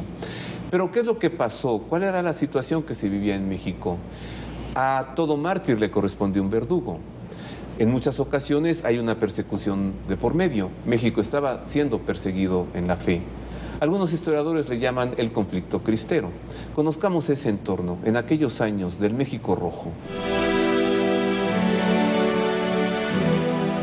Se conoce como Guerra Cristera al conflicto surgido entre el pueblo católico de México y el gobierno federal A partir del 31 de junio de 1929, cuando entró en vigor la llamada Ley Calles, que contenía 33 artículos atentatorios contra la libertad religiosa, que prohibían la presencia de sacerdotes extranjeros en el país, la existencia de seminarios, monasterios y conventos, y la obligación de casarse a los sacerdotes. En señal de protesta, la Iglesia suspendió el culto. Se cerraron las iglesias y la Liga Nacional Defensora de la Libertad Religiosa convocó a la resistencia. Para enero de 1927, luego de violentas represiones por parte del ejército, el pueblo se sublevó en el occidente del país al grito de ¡Viva Cristo Rey! Algunos sacerdotes se unieron a las revueltas, pero la mayoría optó por la resistencia pacífica. El conflicto cristero costó a la nación más de 250,000 muertos en un país de 18 millones de habitantes que venía de sufrir 10 años de revolución. En 1929, la cercanía de las elecciones presidenciales dio lugar a la coyuntura política que detuvo el conflicto. Durante la guerra, el Estado y la Iglesia habían mantenido negociaciones secretas que al fin acordaron la suspensión de la Ley Calles, aunque no su derogación, la amnistía a los rebeldes, la reapertura de las iglesias y la celebración del culto. Pero al final, una vez depuestas las armas, los cristeros inermes y sus familias fueron sistemáticamente aniquilados por las fuerzas gubernamentales. ¿Qué momentos de México, no, Toño? Un nuevo Nerón, pero en México, sí. A aplastar la fe. Y surge la figura de este niño. Sí. ¿Quién fue el verdugo de José? Esa es una parte del conflicto dentro de la historia de José muy, muy interesante y muy significativa. Primero porque era su padrino, ¿no? Y por lo que entiendo, no está claro si es de bautismo o de primera comunión. Se piensa, yo pude ver algunas actas del bautismo y no aparece Rafael Picasso ahí, pero sí aparece, pero se piensa que era de su primera comunión. Y tiene pues mayor significado porque muchas veces los padrinos de bautizo no los escogen los niños, los escogen los padres. Y es posible que había una muy buena relación entre José y su padrino, ¿no? Entre toda la familia, eran familias que se llevaban, los Picasso y los Sánchez del Río, y que el niño haya escogido a su padrino de primera comunión, que sería el diputado Picasso, ¿no? Entonces, ante este conflicto surge pues la decisión de ambos, ¿no? Uno, el niño, que cuenta y defiende su fe ante cualquier circunstancia, porque se sabe que el diputado Picasso trató de salvarlo cuando lo llevaron a Cotija arrestado, lo quiso mandar a los Estados Unidos y el niño se negó rotundamente, dijo sí. La tropa lo iba a ahorcar al momento de aprenderlo. Lo iban a fusilar. Lo iban a fusilar junto con Lázaro, este chiquillo que convivió con José algún tiempo, primero en la celda de Cotija o en el calabozo de Cotija y posteriormente en el bautisterio de la parroquia de Santiago en Zaguayo, ¿no? A ver, tenemos un verdugo intelectual, Plutarco Elías Calles, el presidente de México. Sí. Tenemos varios verdugos ejecutores, los soldados que lo torturan, que lo pican con puntas de maguey cuando está preso en el bautisterio, que le cercenan las plantas de los pies, que lo abofetean, que lo llevan al cementerio, el que le da el culatazo y le fractura la mandíbula. Pero finalmente tenemos al verdugo ejecutor, quien le quita la vida y es el que le mete un balazo en la cabeza, ¿o no? Sí. Sí, ¿el niño hasta antes del balazo todavía vive? Sí, se piensa que incluso antes el diputado Picasso, como era un niño de Zaguayo y el pueblo estaba a la expectativa de que iba a ser su padrino con el niño, porque él era el que a final de cuentas tenía la última decisión si vivía o moría. Por otro lado, tenía Picasso la presión encima del gobierno que cualquier cristero que se enfrentara o se rebelara al gobierno tenía que ser ejecutado. independientemente de la edad y del sexo. Ahora, el niño no tomó las armas. No. El niño, según se entiende, primero fue clarín y abanderado y estuvo mucho tiempo ayudando con los heridos y dicen que era un verdadero ejemplo en aquellos lugares, en las montañas, ¿no? Él llevó siempre como arma el rosario y así se lo dice a su amigo Trino, que es muchos de los relatos que se conocen de lo que pasó en esos lugares es a través de un amigo con el que él se fue a las montañas, ¿no? A ver, Toño, llegan al cementerio. O está una fosa o lo obligan a cavar la fosa. Sí. ¿Con las bayonetas lo acuchillan, sí? ¿O con cuchillos o con bayonetas? Lo tratan de inventar porque siempre se dijo lo que nosotros queremos es que públicamente él niegue la fe. Es lo que le interesaba al diputado porque lo había ridiculizado en cierta forma gritando viva Cristo Rey, Santa María de Guadalupe. Entonces él quería principalmente eso, pero que si no se lograba, lo mataran sin que el pueblo tuviera mucha conciencia de lo que había pasado para que no, teniendo que se levantara el pueblo contra esa ejecución. Entonces, que no se escuchen los balazos. Que no se escuchen los balazos. ¿Picasso está en el cementerio? No. Picasso no está en el cementerio. Están los esbirros que se llaman, o la gente cercana a Picasso, los guardaespaldas, digamos, y quien tenían la orden de que si no daba el grito a favor del gobierno, lo mataran. Entonces, Picasso es también verdugo intelectual. Verdugo intelectual. Los esbirros, verdugos, con las bayonetas, empiezan a matarlo. Sí. Cae en la fosa y le dan el tiro de gracia. Sí. Ese es el verdugo ejecutor. Sí. ¿Sabes quién fue? Se dice que fue el Zamorano. Así era el nombre. Y de hecho se cuenta que esta persona estuvo vagando por Zaguayo días después como un fantasma, como si fuera un zombie, ¿no? Y que iba a la parroquia y que lo veían y que no hablaba con nadie, que estaba visiblemente arrepentido de todo esto que había pasado. Refieren algunos testigos de cuando el niño cayó en la fosa, y que había dicho, mientras lo atravesaban con las bayonetas, gritaba, ¡viva Cristo Rey! Dijo, si ya no pudiese yo gritar, voy a mover este dedo y entiendan que eso es ¡viva Cristo Rey! Cayó en la fosa, con su propia sangre trazó la cruz en la tierra, movió el dedo y recibió el tiro de gracia. Vamos otra vez con el cardenal Juan Sandoval Iñiguez. Le pregunté sobre el proceso de beatificación, aquella beatificación en el Estadio Jalisco. Toño, ¿tú recuerdas el cielo rojo? Impresionante, sí. Y él nos dijo lo siguiente. También cuando yo llegué a Guadalajara, me dijeron los de la comisión, que ya tenían mucho preparado, los de la comisión de aquí de Santos, la comisión diocesana que trabajó sumamente bien, que si estaba yo de acuerdo en seguir adelante y que con todo el entusiasmo y con lo que se necesite. Entonces la comisión diocesana aquí de Guadalajara recibió también otras causas, como la de Niño José de la Dios de Zamora, los de Veracruz, los de León, Guanajuato, y se juntaron 13. Y entonces esa causa de 13 mártires bien documentada se envió a Roma para su estudio. Y por allí, como en el 2003, si mal no equivoco, 2004, la causa quedó aprobada en Roma. Tan es así que yo quería que el Santo Padre viniera al Congreso Eucarístico en el 2004 y aquí los canonizara, digo los beatificara, perdón, que aquí los beatificara. Y dijeron allá, no hay que revolver. Entonces el Santo Padre ni vino al Congreso porque ya no pudo. El Congreso se realizó en octubre de 2004. Y para entonces ya estaba aprobada la causa de beatificación de Anacleto González Flores y compañeros mártires, así se llamó.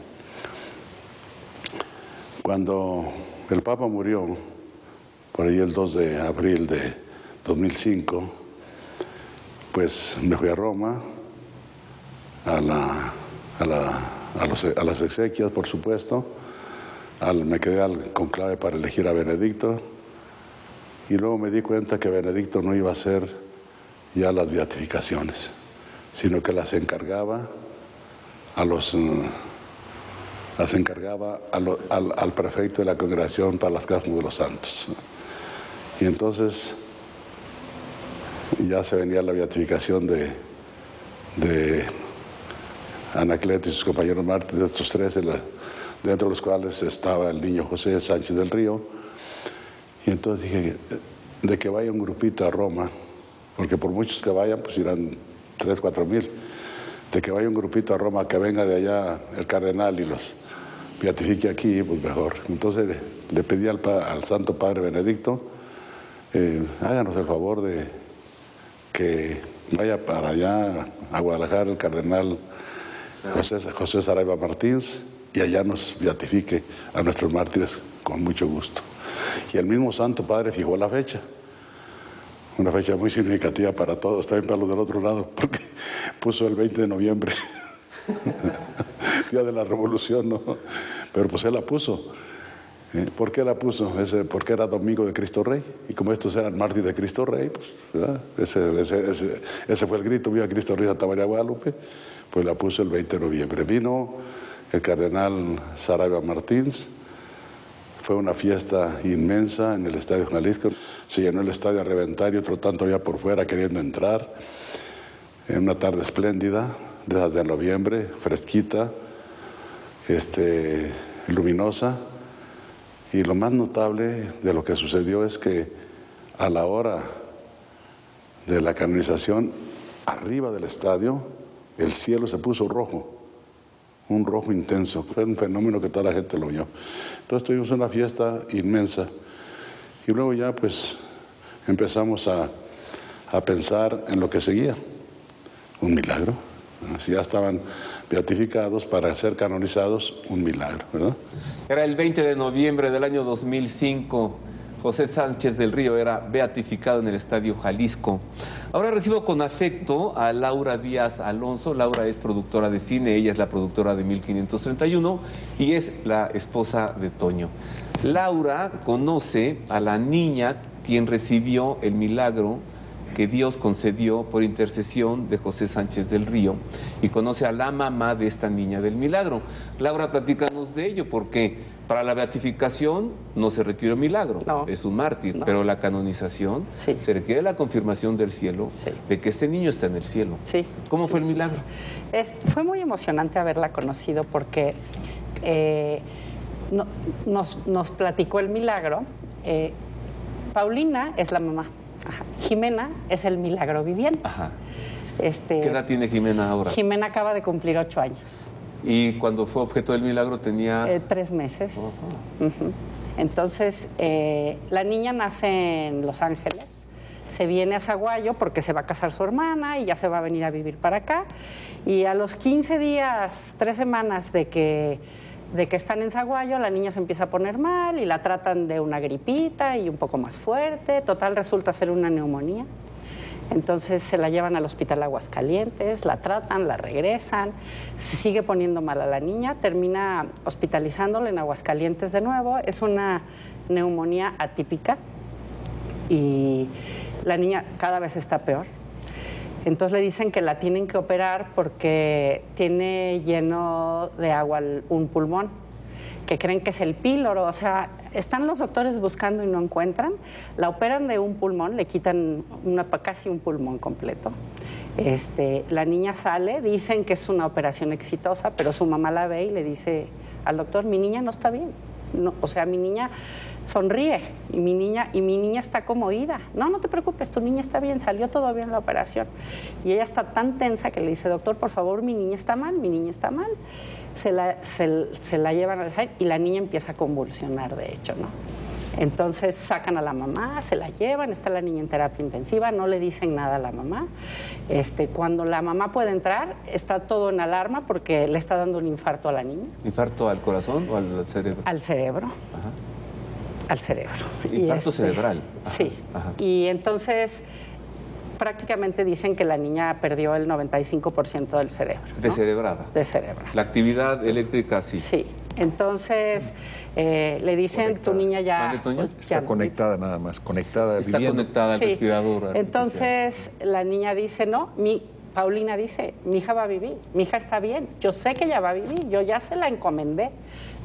La Virgen la tiene en sus manos y el niño José ha estado con ella todo el tiempo. ¿Estaba en el hospital de Zaguayo? En Aguascalientes. Ah, no. Ella está en el hospital en Aguascalientes. Entonces, su doctor, que era el pediatra de ella, o sea, es un doctor conocido de la familia, le dice... El niño ya era beato. El niño ya era José Sánchez del beato. Río ya había sido beatificado. Sí. Ajá. Sí. Sí, sí. Sí, ahorita me confundí con las fechas, pero sí. Entonces, el doctor le dice, la vamos a dejar 72 horas a ver si reacciona. En 72 horas la vamos a desconectar. Y Paulina dice, mi hija va a vivir. Qué bueno, 72 horas. Entonces ella cuenta que esas 72 horas iba a misa, rezaban, pero ella decía, yo ya se la encargué al niño José. Dice que ella desde chica, su tía Magdalena le había hablado del niño José y ella siempre se había sentido cercana a él. Entonces llegan las 72 horas y el doctor le dice, Paulina, aquí nos esperan, ahí están toda la familia y vamos a desconectarla. Y Paulina dice, yo voy a entrar, doctor. Dice, vamos a desconectarla porque Sí. no hay nada que hacer, Sí. ya va a morir. Entonces, Hay muerte cerebral. Sí, Sí. ya no hay nada que hacer. una doctora que ella la cuenta como una gente muy agresiva que le decía, tu hija está muerta, tu hija es un vegetal, hazte a la idea. Y ella le contestaba, usted no tiene la última palabra, Dios es el que manda y yo confío en él. Entonces, el doctor les avisa que ya la van a desconectar. Paulina insiste en entrar. El doctor, que la quiere porque la conoce desde chica, le dice, Paulina, es un momento muy fuerte, te pido por favor que no entres. O sea, que no se muera tu hija en tus brazos. En tus brazos. Ajá. Y dice, es que mi hija no va a morir, doctor, y yo tengo que estar ahí. Entonces entra Paulina con su hija, la desconectan, se la entregan y la niña abre los ojos y le sonríe a su mamá. No. Entonces es un momento de hoy shock. Tiene 8 años ¿Sabes qué me encanta? y Que es un juega la momento de pelota shock. y corre y habla y canta. Firma libros. Nada más quiero cerrar con que está el doctor ahí y empieza a llorar. Se sale del quirófano o terapia intensiva o donde era y ve a la abuela, ¿no? Y se va hacia ella llorando y la abraza. Y entonces la abuela empieza a llorar porque dice, ya murió mi nieta. Ah, Y el doctor le dice, está viva. No. Ya por sí misma, Entonces, sin respiradores. ese día la niña tenía el 85% de su cerebro recuperado y se tomó 7 onzas de leche por sí misma. ¿por qué Hoy- dices, Toño, que la niña firma libros? ¿Firma tu libro o qué? Bueno, es que nos han invitado a algunos sitios a dar alguna plática sobre José y hemos coincidido con Paulina y Jimena. Jimena. Entonces, ella le gusta firmar libros, o sea, a mí me piden que firme libros y ella, pues yo la invito a ella y ella es pues más importante, ¿no? La firma de ella, pues en un libro de estos, pues tiene mucha significado. Hoy mismo, en la Plaza de San Pedro del Vaticano en Roma, hoy estuvo esa niña, Jimena. Qué cosa, Dios los hace y ellos se juntan. Sí. Y este milagro fue debidamente comunicado a la Sagrada Congregación para las Causas de los Santos, investigado, y fue el milagro para la canonización de nuestro niño mártir, San José Sánchez del Río. Hago otra pausa, es breve, regresamos con más.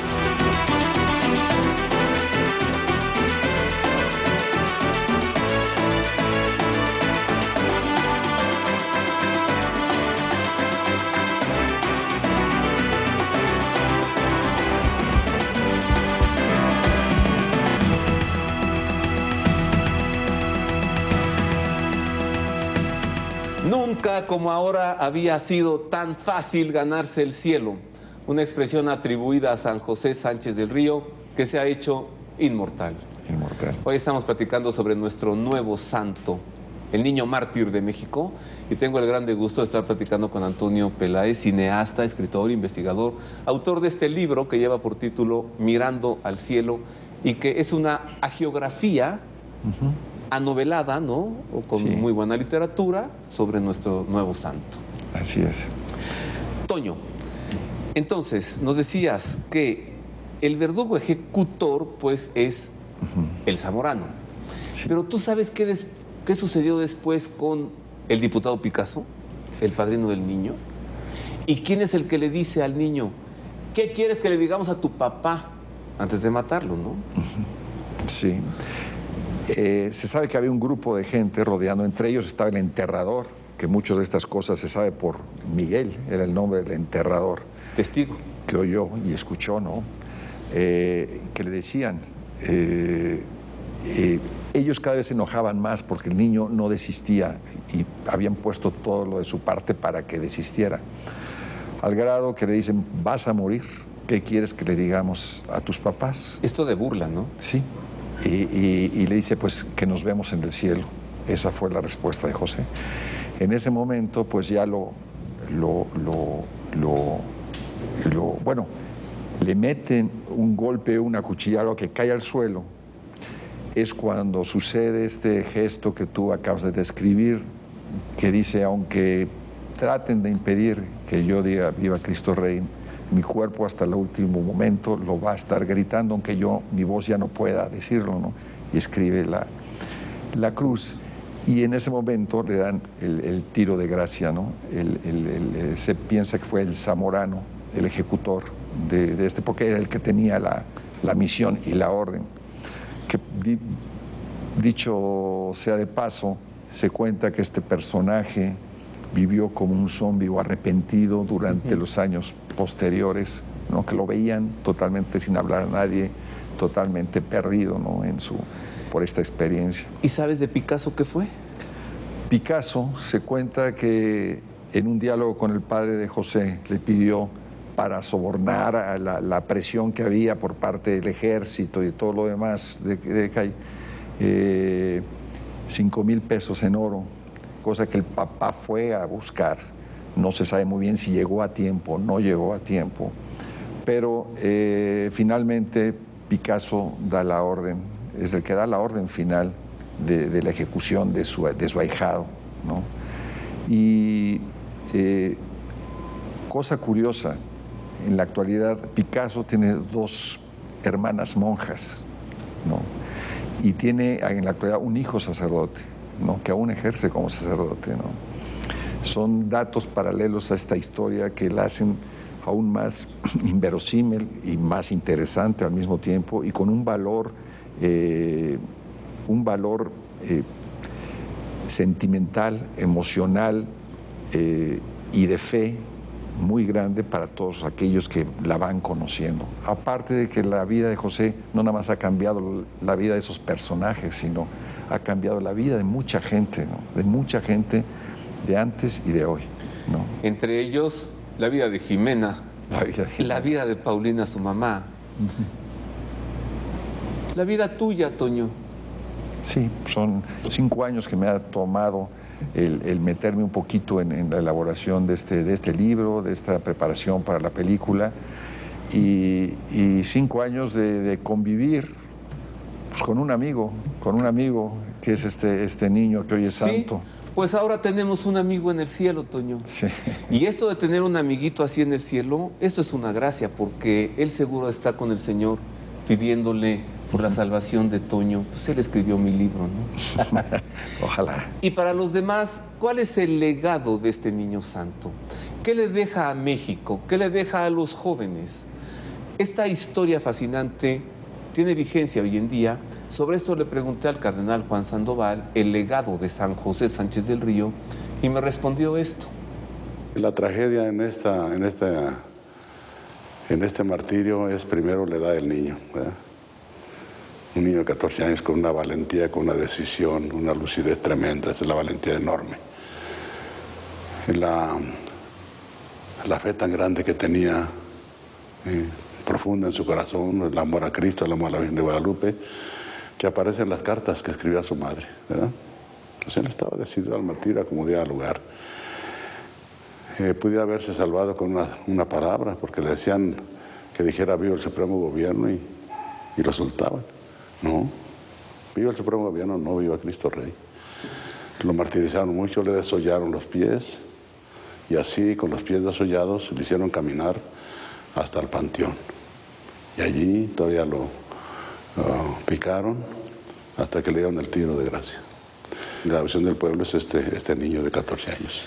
Yo pienso que va a influir mucho y positivamente en el bien de la familia, porque naturalmente se escribe la vida de un santo, va a haber literatura abundante sobre José Sánchez del Río, San José Sánchez del Río. Y en esa literatura abundante, que ya la hay, pero que se va a multiplicar mucho más, pues van a aparecer el padre, la madre, cómo era su vida en familia. Y ahí iba a estar el ejemplo, sin decirlo, el ejemplo de educación cristiana a los hijos, de amor dentro de la familia, ¿no? De unidad santa de los que forman una familia cristiana.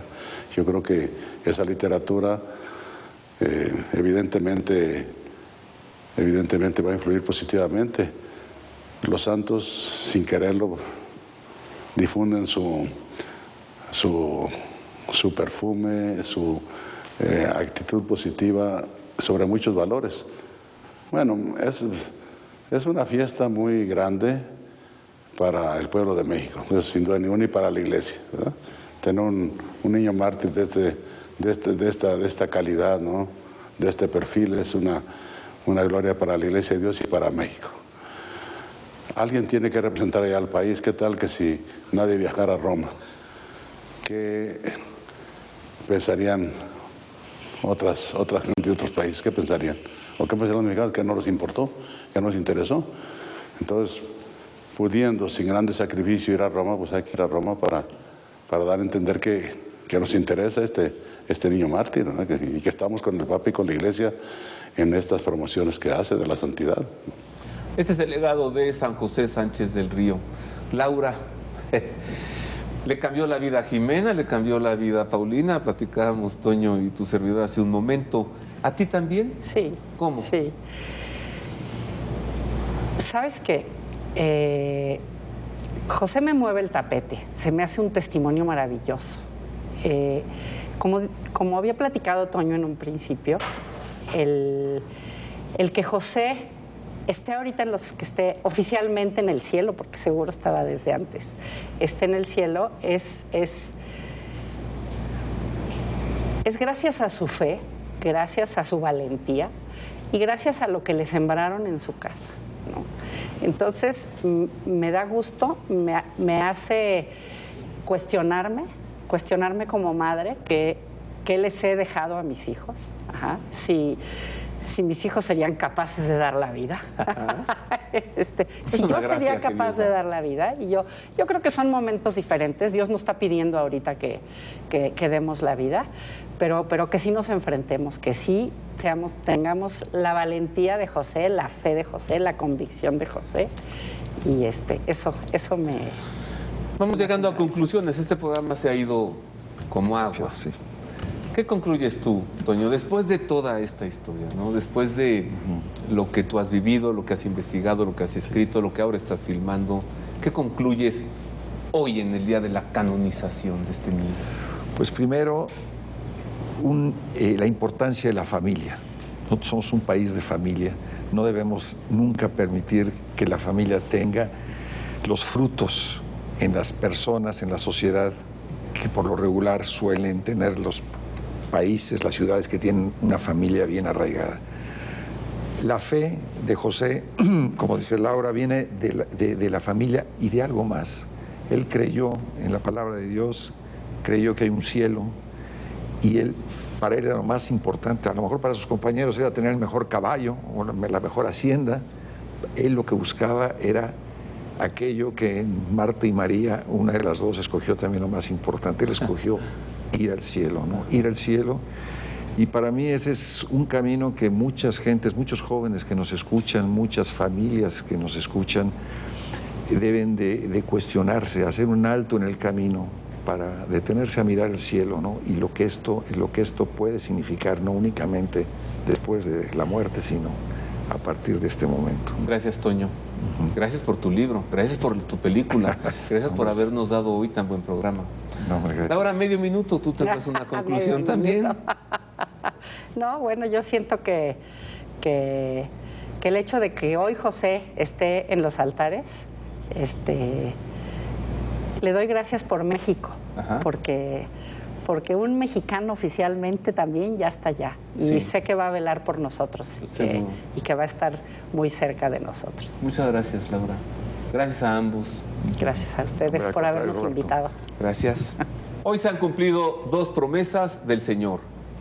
Una, quien pierda su vida por mí y por el Evangelio, la salvará. Pues ¿de qué le sirve al hombre ganar el mundo si deja perder su alma? Dos, engrandeceré al pequeño. Y eso sucedió hoy en la Plaza de San Pedro del Vaticano con la canonización de San José Sánchez del Río.